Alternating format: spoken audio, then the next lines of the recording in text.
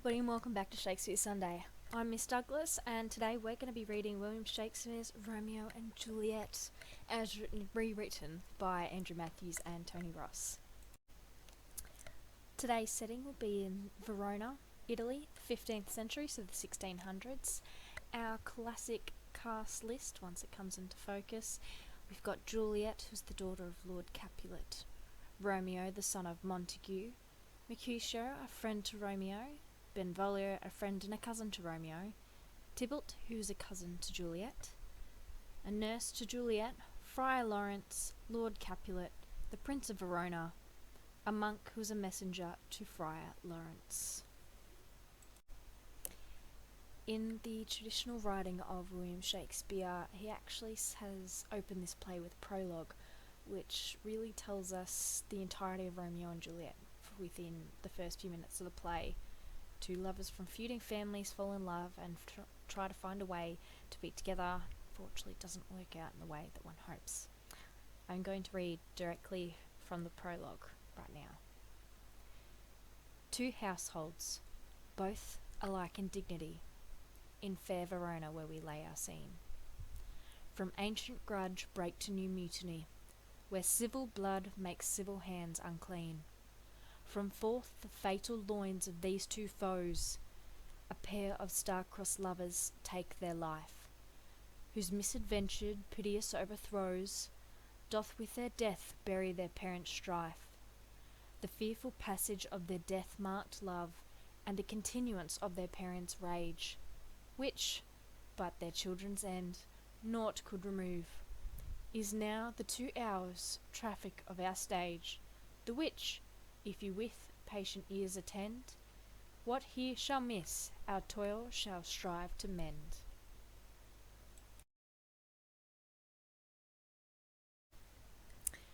This is a reading of Romeo and Juliet. On that warm summer's evening, the Capulet house was the brightest place in Verona.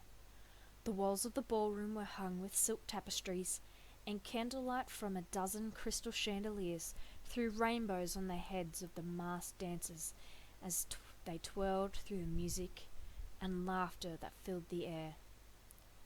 On one side of the room, near a table laden with food and drink, stood a young girl, Juliet, the daughter of Lord and Lady Capulet. She had removed her mask and loosened her hair so that it hung around her shoulders. Her face, flushed from the heat of the dance, was radiant, and her beauty was obvious to all who looked at her. She seemed unaware that someone was watching her. A few steps away, a young man stood gazing at her. He had never seen such loveliness before in his whole life. Surely I must be mistaken, he thought. Surely, if I look a second time, I will find that her eyes are too close together, her nose too long, or her mouth too wide. Moving slowly towards her, as one in a trance, the young man lifted his mask so that he could see Juliet more clearly, and the more he gazed at her, the more perfect her face seemed. Almost without thinking, Romeo pushed his way towards Juliet until he found himself standing at her side. Gently he took her hand. Juliet turned her head, her soft brown eyes wide with surprise. On the other side of the room, Tybalt, Lord Capulet's fiery young nephew, recognized the young man who was holding Juliet's hand and strode angrily towards the door, but just as he was about to leave, his uncle caught him by the sleeve. "Where are you going?" asked Lord Capulet. "To fetch my rapier," Tybalt replied. Side note, a rapier is a type of sword. "Lord Montague's son, Romeo, has dared to enter the house." "Leave him," said Lord Capulet. There was a terrible feud between the Capulets and the Montagues, and the Prince of Verona had forbidden any more fighting between the two families, on pain of death. Tybalt's face was ashen with rage. "But tomorrow Romeo will boast to his friends about how he danced at the Capulets' ball and escaped without notice. He will make us look like fools." Lord Capulet put his hands on Tybalt's shoulders, forcing him to stop and listen. "I hate the Montagues as deeply as you do, Tybalt," he said. "Our two families have been at war with each other for as long as anyone can remember. But the prince's word is law in this city, and there is to be no more fighting. You understand? Now, if you cannot keep your temper like a man, go to your room and sulk like a boy." Tybalt broke free of his uncle's grasp and glared across the room at Romeo. "You will pay for this one day, Montague," he vowed softly. "I will make you pay."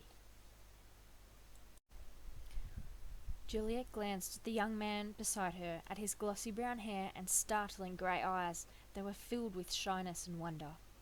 His mouth was curved in a half-smile, and though it made her blush to look, Juliet found that she could not take her eyes from his face, or her hand from his.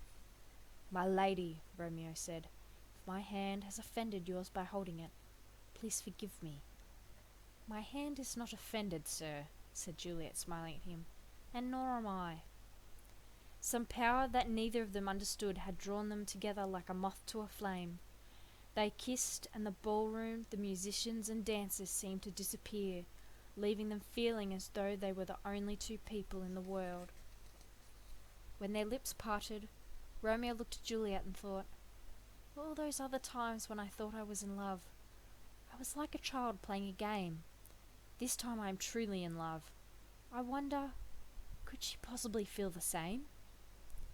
Before he could ask, an elderly woman bustled up to them. "My lady," she said to Juliet, "your mother is asking for you." Juliet frowned, shrugged helplessly at Romeo, then turned and walked away. Romeo caught the old woman by the arm. "Do you know that lady?" he demanded. "Why, sir, she is Juliet, Lord Capulet's daughter," said the woman. "I've been her nurse since she was a baby, and I know who you are too, young man. Take my advice and leave this house before there's trouble." That night, Juliet couldn't get to sleep. She could only think of Romeo. It was warm, and the moonlight was shining on the trees in the orchard below.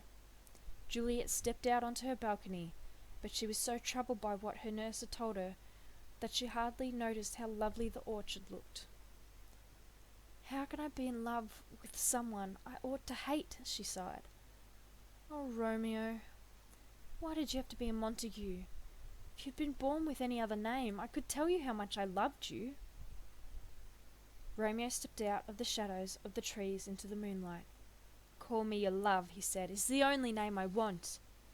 Juliet looked down from her balcony and gasped, "How did you get here? If anyone catches you, they will kill you." "I climbed the orchard wall," said Romeo. "I had to see you again. I loved you the moment I first saw you, and I wanted to know if you felt the same." Juliet's face brightened with joy, then darkened with doubt. "How can I be so sure of your love?" she said. "How can I be so sure you will not forget me as soon as tonight is over?" Romeo looked up into Juliet's eyes and saw the way the moonlight shone in them. He knew he would never love anyone else. "Meet me at Friar Lawrence's chapel at noon tomorrow, and we should be married," Romeo declared. "Married?" laughed Juliet. "But we've only just met. And what will our parents say?"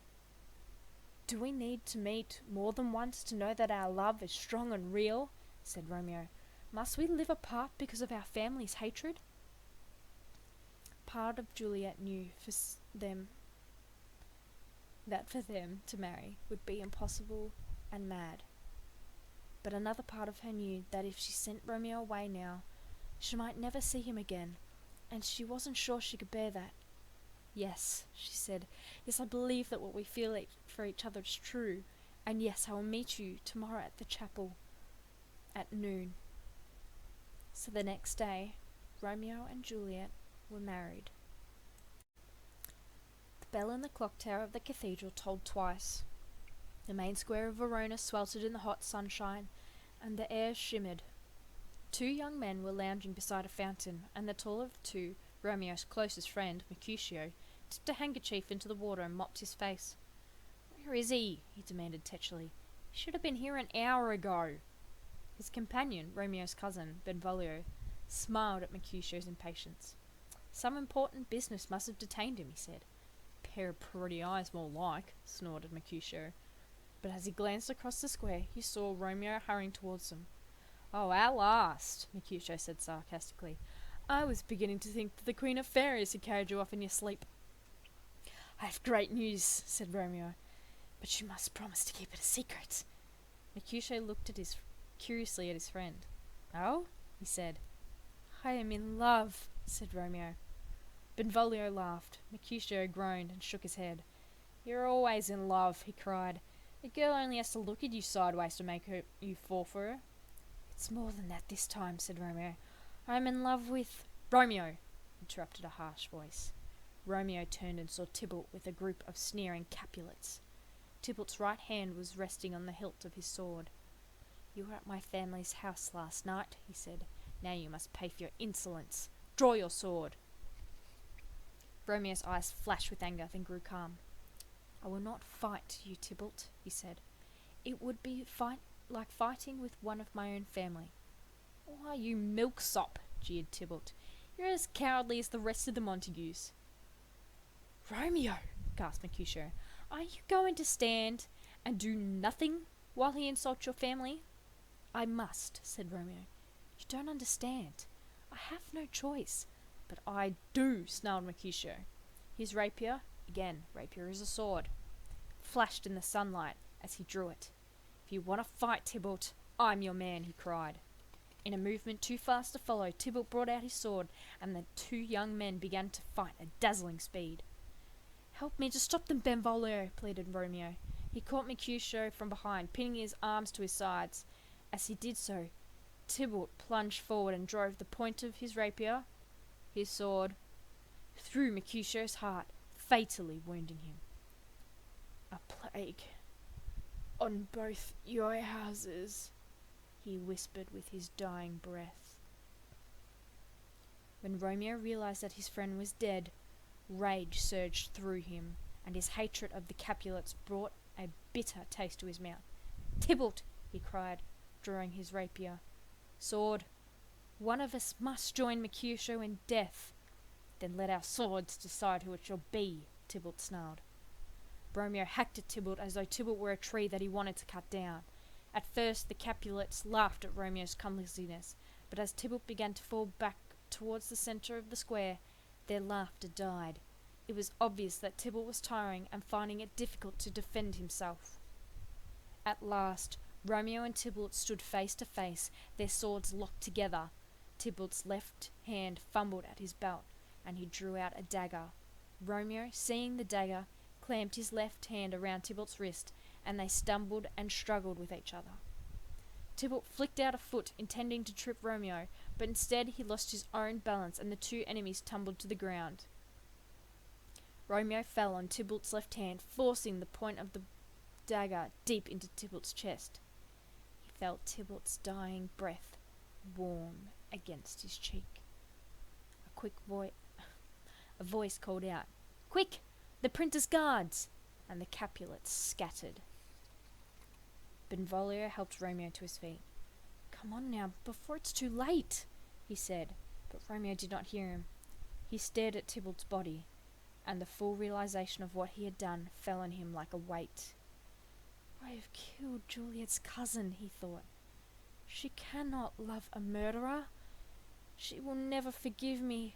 How could I have let myself be such a fool?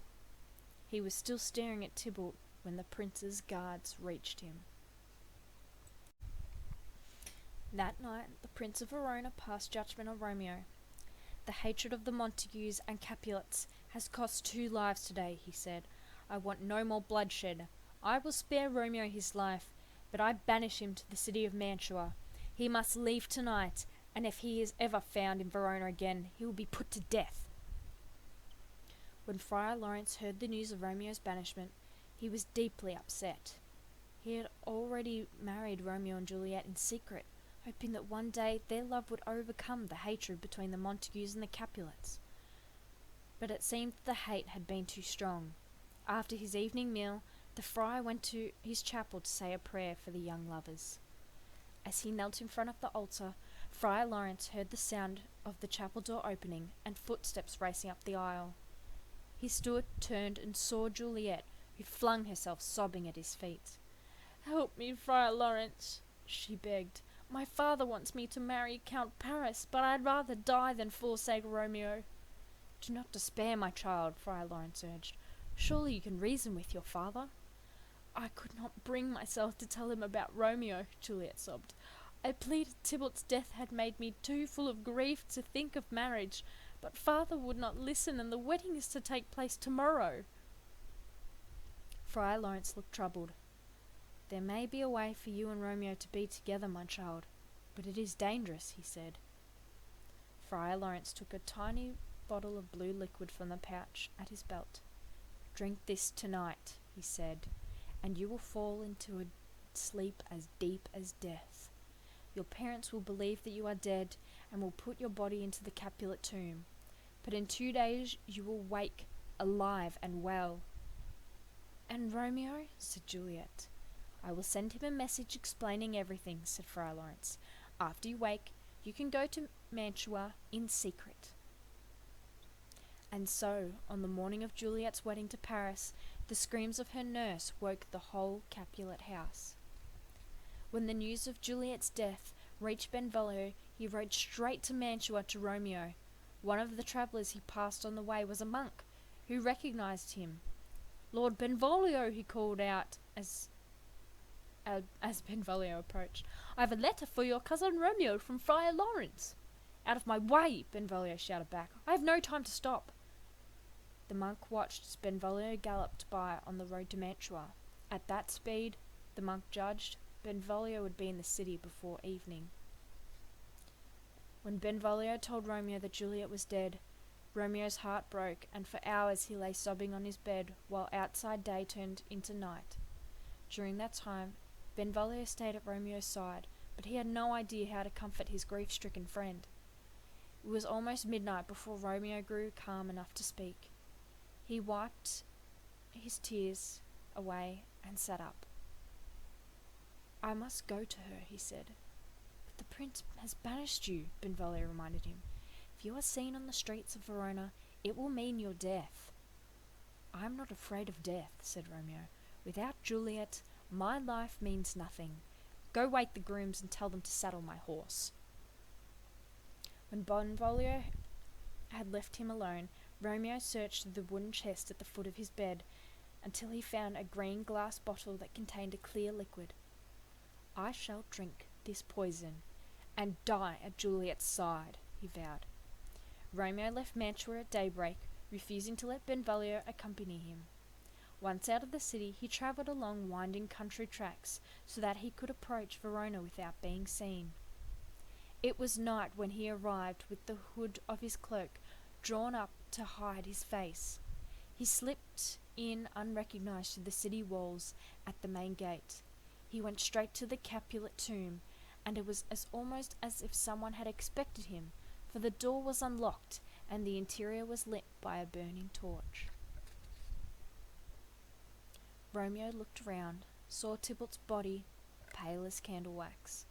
Then Juliet, laid out on a marble slab, her death shroud as white as a bridal gown.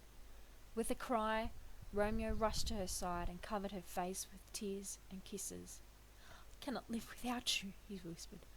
I want your beauty to be the last thing my eyes see. We could not be together in life, my sweet love, but in death nothing shall part us. Romeo drew the cork from the poisoned bottle and raised it to his lips. He felt the vile liquid sting his throat, then darkness swallowed him. For a time there was no sound except the spluttering of the torch. Then Juliet began to breathe. She moaned, opened her eyes, and saw Romeo dead at her side with the empty poison bottle in his hand. At first, she thought she was dreaming, but when she reached out to touch Romeo's face and smelled the bitter scent of the poison, she knew that the nightmare was real and that Friar Lawrence's plan had gone horribly wrong. She cradled Romeo in her arms and rocked him, weeping into his hair. If only he had waited a little longer, Juliet whispered, and she kissed Romeo again and again, desperately hoping that there was enough poison on his lips that she too might die. Then she saw the torchlight gleam on the dagger at Romeo's belt. She drew the weapon and pressed its point to her heart. Now, dagger, "Take me to my love," she said, and pushed with all her strength. Friar Lawrence found the lovers a few hours later. They were huddled together like sleeping children. When Romeo and Juliet died, the hatred between the Montagues and Capulets died with them. United by grief, the two families agreed that Romeo and Juliet should be buried together. They paid for a statue of lovers to be set over the grave, and on the base of the statues these words were carved: "There never was a story of more woe than this of Juliet and her Romeo."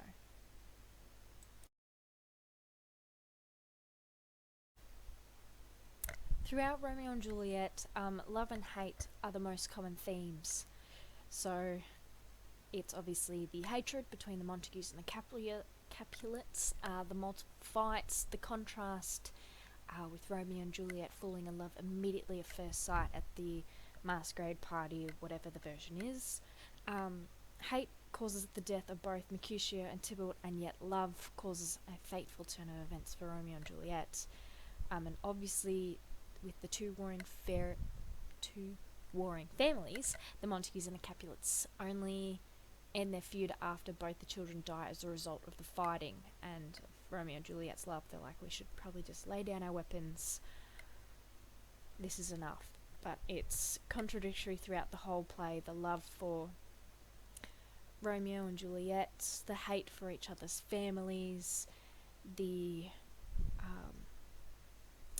Paris's love for Juliet, her confusion for missing her cousin and yet wanting Romeo, and so on and so forth.